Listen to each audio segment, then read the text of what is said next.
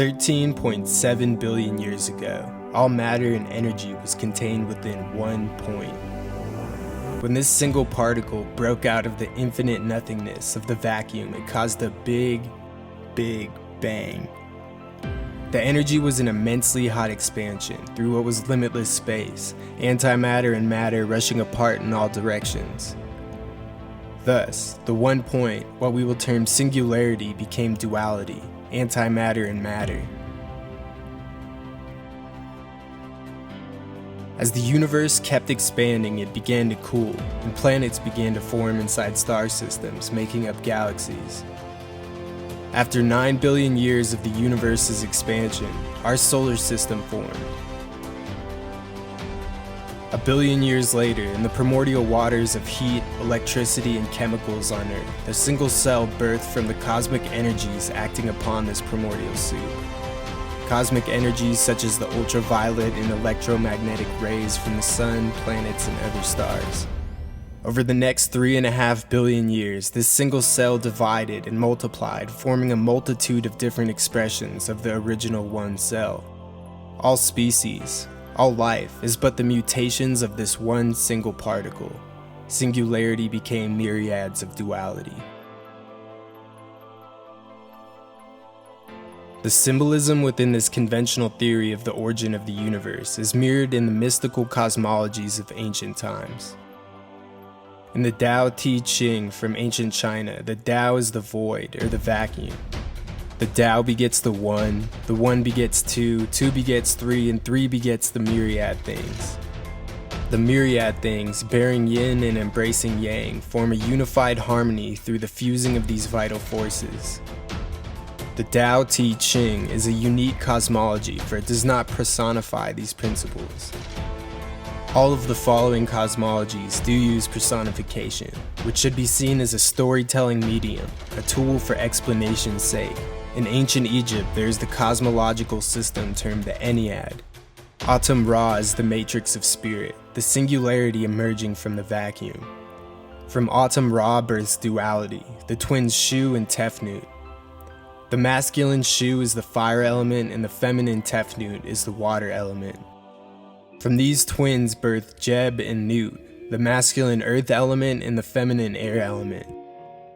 From Jeb and Nut births another myriad of duality, Osiris and Isis and Nephthys and Set.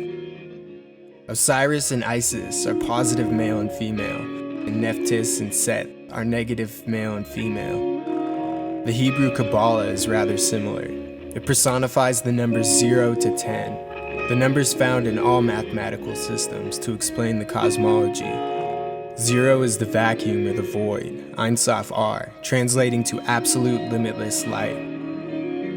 Emerging from this vacuum is 1, Kether, the matrix of spirit. From 1 comes the father and the mother, 2 and 3, duality. The following numbers 4 through 10 are further aspects of the singularity and the duality, masculine, feminine, and asexual, positive, negative, and harmony between the two. The singularity duality triad is found in India with the Trimurti, or Brahma, Vishnu, Shiva, the one, or creator, the preserver, positive, and the destroyer, negative. In Greek cosmology, this trinity is Kronos, Uranus, Gaia, singularity and male-female duality.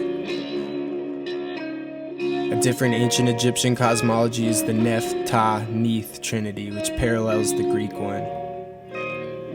We find these same cosmological motifs with the shamanic religions around the world. For example, in Australian cosmology, all existence and all power derives from a single source. From that singularity, a duality emerged. The Inca believed the universe and all its beings, including things which we would consider inanimate, were divided into two opposite parts in constant conflict, but always tending toward completion and unity. Every being was thus composed of two parts, male and female, high and low, hot and cold, light and dark, positive and negative, and so forth. The cosmology of the Buryatian peoples of Siberia held that all the Tengiri or deities dwelt in one camp, singularity, until later a quarrel broke between them and they split into two warring camps, duality. 55 white Tengeri headed by their chief Khan, Huomas, and 44 eastern black Tengeri headed by their chief Altaolan Tengeri. Ancient civilizations from each habitable continent believed that the stars and the planets were the gods and goddesses. Even the father of rationalism, Aristotle, held this view. This is a very curious premise when investigating scientific theories and facts. All life is perpetually affected by the bombardment of energies coming from the moon, the sun, the planets, and stars around us. We cannot see these electromagnetic energies, yet they are constantly affecting our lives. The abiogenesis theory that evolved out of Charles Darwin's primordial soup theory asserts that cosmic energies is what created the first cell on Earth. The moon controls the rise and fall of the tides in bodies of water, and the duration of its cycle is aligned to the duration of the menstrual cycle. Researchers have taken oysters out of the ocean and into saltwater tanks underground and far inland, and have found out that the electromagnetic energy of the moon still provided these oysters with the information for them to react as if they were in the ocean. Venus, characterized as the planet of love in many cultures, has a 260-day cycle that aligns precisely to the average length of human pregnancy. Metallic copper salts and plant saps are influenced by the conjunctions to Earth that Venus makes every 8 years. Sunspot cycles have been found to influence global economies, such as the price change of wheat. Babies who are born during sunspot maximum periods will weigh far more heavy than normal and far less on sunspot minimums. The Earth's magnetic pulsations are closely aligned to the rate of electrical firing in the human brain. Studies have also found that the energies from the planets and stars influence chemical reactions happening around us all the time. Indeed, this concept that the celestial bodies are gods and goddesses, which implies that they are conscious, is very interesting when considering this data.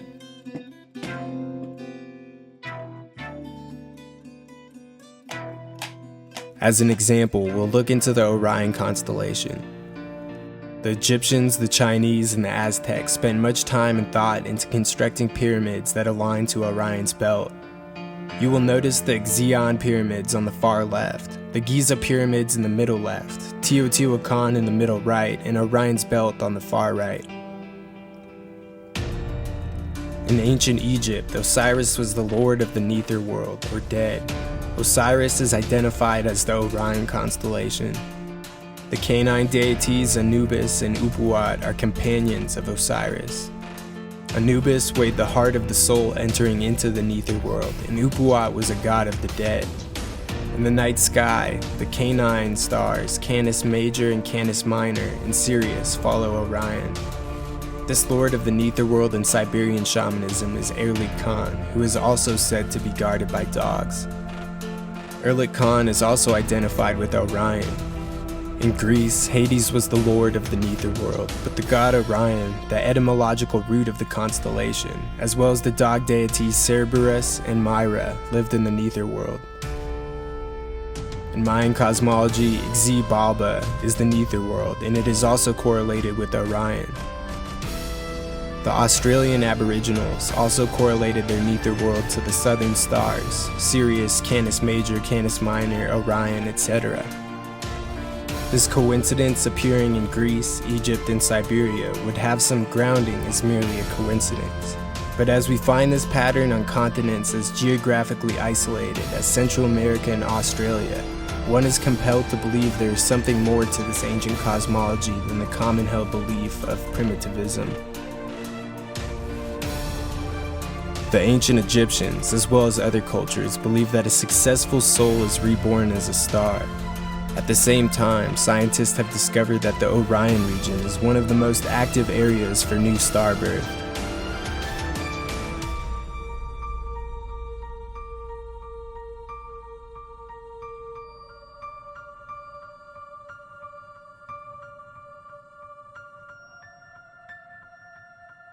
When we look into mysticism from around the world further, the concept of human being a microcosm inside of the macrocosm permeates our investigation. The idea is that everything in existence is happening within the self, but is simultaneously happening outside of the self. Thus, the stars and the planets are inside oneself. Axioms from different cultures reveal innuendos to this. In Egypt it was said, "Know thyself, and thou shalt know the gods." A shaman from Central America said, "God is in everything," and we find similar axioms throughout all of the habitable continents. There is another pattern in the historical remnants of various civilizations. This pattern depicts 4 world ages showing a decline in consciousness on Earth. In ancient Egypt, the first age was the Age of Gods, followed by the Age of Demigods, and the Age of the Mysterious Manes, or the deceased ancestors, closed out the prehistoric period. The 4th age was the Age of the Pharaohs. In Greece, they believed they went from an age of gold to an age of silver to an age of bronze to an age of iron. In Persia, it was gold, silver, steel, and iron alloy. In India, these ages were called yugas: the Satya Yuga, Treta Yuga, Dwapar Yuga, and Kali Yuga. The Maya also had these 4 ages, where each was split into 5 periods with different ruling gods. In fact, in global mythology, we find the myths of a golden age on every continent. This golden age is always held to be in some far distant past where all humans were able to transcend the mental limitations that we face today, such as immortality, godlike talent, and magical abilities. As each age passed, far less humans were capable of these feats. When these ancient civilizations ultimately died off, after the end of the 4th age, a new Platonic cycle began. Instead of following series of declining ages, this cycle appears to be progressing back towards the mythic Golden Age. For example, in the West, after studying ancient civilizations, the Arabic civilizations experienced an intellectual revolution. This migrated into Europe, pulling its civilizations out of the Dark Age and into the Renaissance. People began to rediscover long-held wisdom of ancient times, such as the Earth being spherical and not flat, and that the Earth rotates around the Sun, which itself rotates in the galaxy. Throughout all societies, there have been mystics who could harness more or less of the abilities that all human beings possessed in the Golden Age. In tribal societies, these people fall into what's become the universal term, the shaman.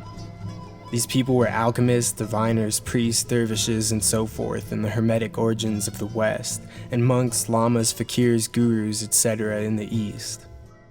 While there are many differences between specific traditions, we will look at these differences as cultural mutations, and therefore focus solely on the patterns within them all to concretize a unified understanding.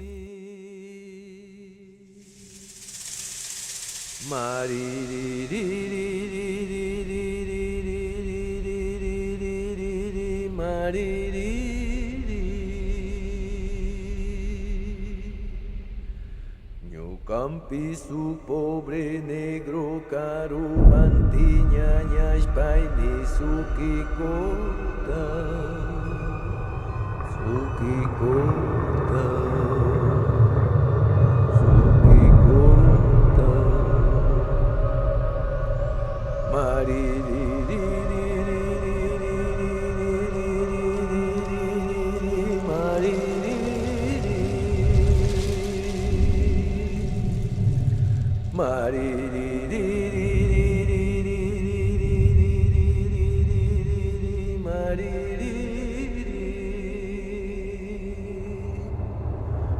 Campi su pobre negro caro mantiña ñashpaini su kikota.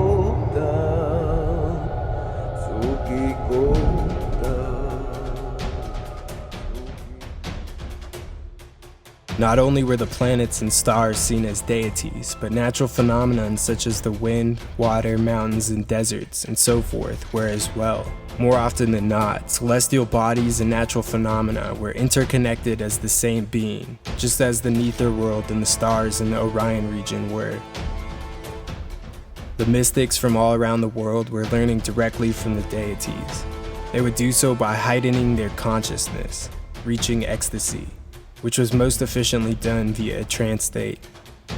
The shamanic techniques for doing so included fasting, physical exhaustion from exercise such as dancing, using rhythm from drums, rattles, etc. to tune or control brainwaves, mirror gazing, contemplating on symbolic art, and psychoactive substances.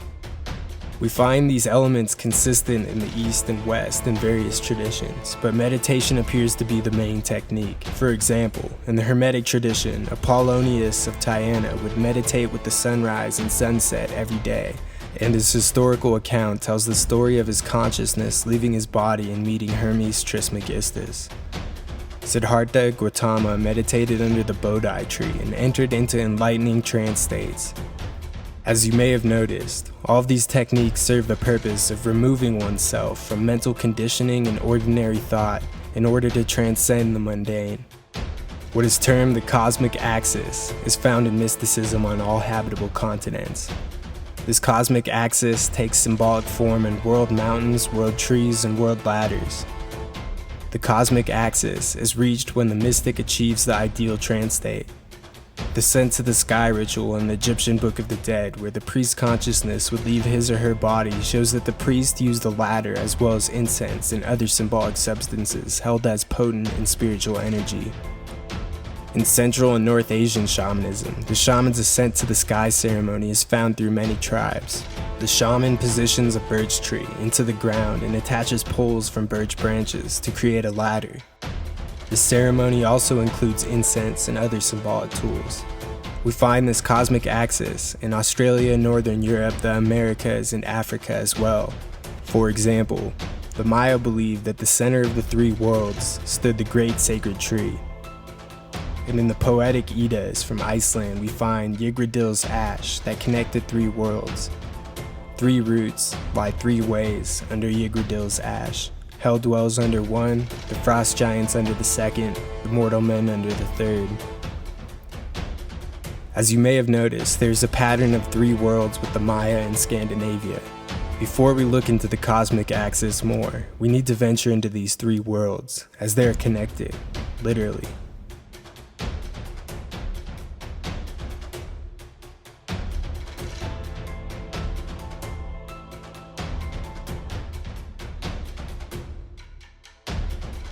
In the cosmology of the Shona people of Africa, the sky world is believed to be full of life and is comprised of God as the supreme spiritual being, ancestors, lower spiritual beings, and then visible bodies like the sun, the moon, and the stars. Below the sky world there is the earth, the mundane world, which is believed to be the center of creation. Just like in the skies, the earth is replete with life. The human beings, animals, plants, and spiritual beings ecologically mingle on Earth. At the bottom of these two realms is the underworld. The Inca believed that the physical world, Kai Pacha, was conceived as a flat area lying between Hanan Pacha, meaning the world above, heaven, and Uku Pacha, meaning the world below, the underworld. Kai Pacha, which coincided with the realm of mankind, the world of birth and decay, was also Hurin Pacha, meaning the lower world. This human realm had witnessed numerous phases of destruction and recreation, the number of which varies from culture to culture. The Emerald Tablet of Hermeticism advises one to see the unity of the three worlds by becoming the spirit, removing the subtle from the heavy. Hence, I am called Hermes Trismegistus, having the three parts of the philosophy of the whole world. This concept is found all over the world. As mentioned briefly before, Siddhartha sat under the Bodhi tree, removing Maya from his psyche. In Buddhism, the Bodhi tree is the cosmic axis, which serves as a means of connecting the earthly and celestial planes, and provides a means of ascending from the former to the latter.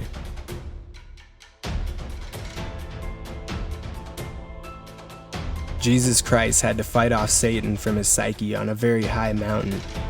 In Greece, this cosmic axis, as a mountain, is found with Mount Olympus, where the mythic kingdom of gods resides.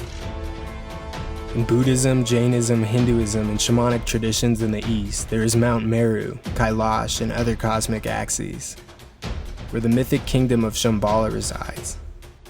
The initiated mortal humans would enter into trance states and travel to this enlightened society. The cosmic axis is singularity. It is what connected the three worlds, all of the seemingly infinite layers of existence in these three worlds together as one.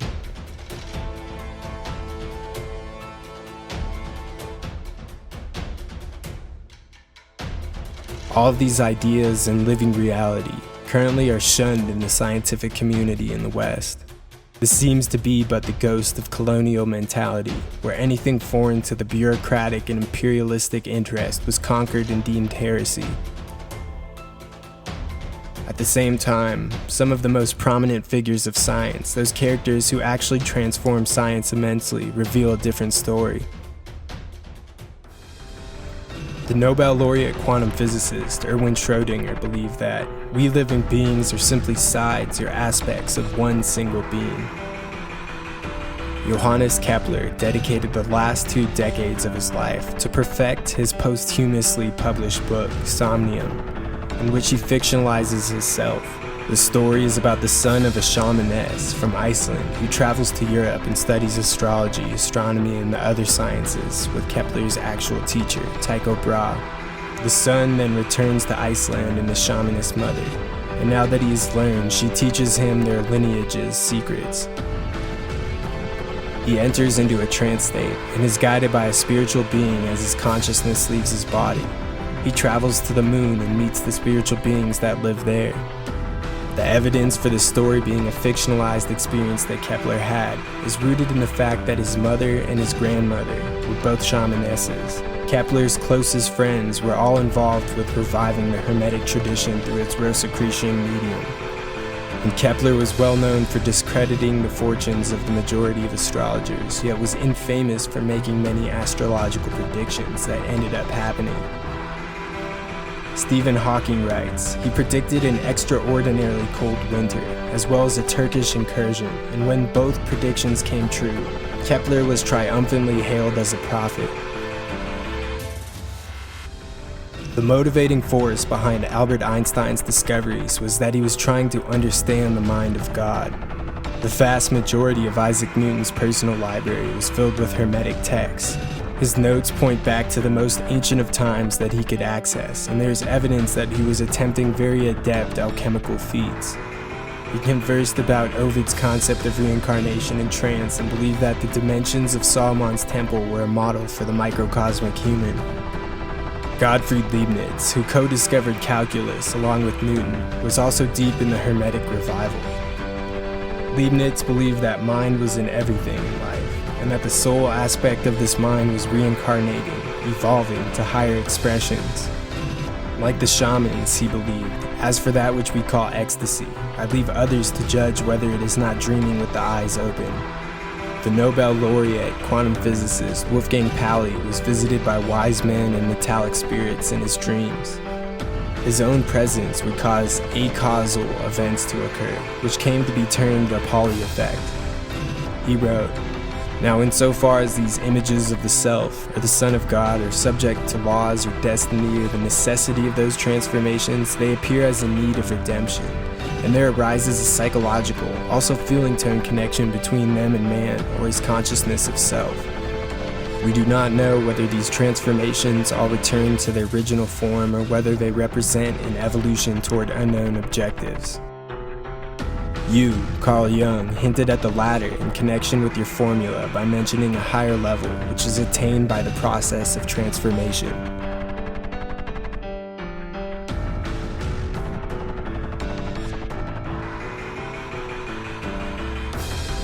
Indeed, this concept of transformation is mandatory for mysticism. One must become initiated first. We will look into patterns in initiation in an upcoming video. If you are looking for more information on the topic presented in this video, search Esoteric Science Volume 1 by J.S. Williams on Amazon.com. Your support will ensure the steady flow of new content.